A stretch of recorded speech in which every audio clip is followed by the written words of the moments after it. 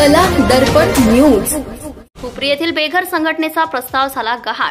हुपरी येथील छत्रपती राणी इंदुमती देवी बेघर संघटनेच्या वतीने बेघरांसाठी जागा मिळावी याकरिता अनेक वर्ष ही संघटना शासन दरबारी पाठपुरावा करत आहे।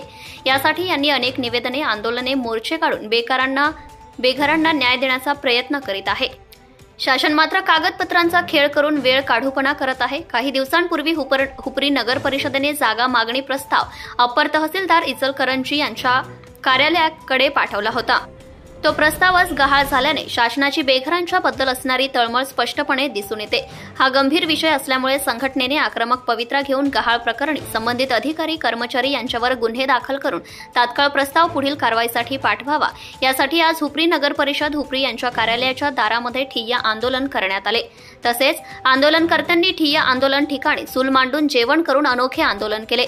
यावेळी इचलकरंजीचे अप्पर तहसीलदार सुनील शेरखाणे, नगर परिषदेचे मुख्याधिकारी नरळे, मंडल अधिकारी जानकी मिराशी, तलाठी एस जे जाधव यांनी आंदोलनास्थळी भेट देऊन लवकरच जिल्हाधिकारी यांच्याकडे पाठवून देण्याचे आश्वासन दिले।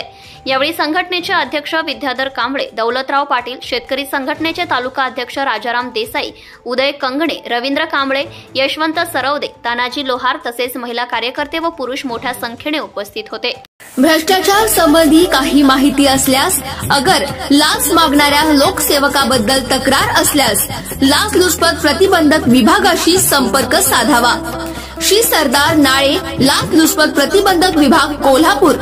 पोलीस उप अधीक्षक, संपर्क क्रमांक 96 73 50 65 55।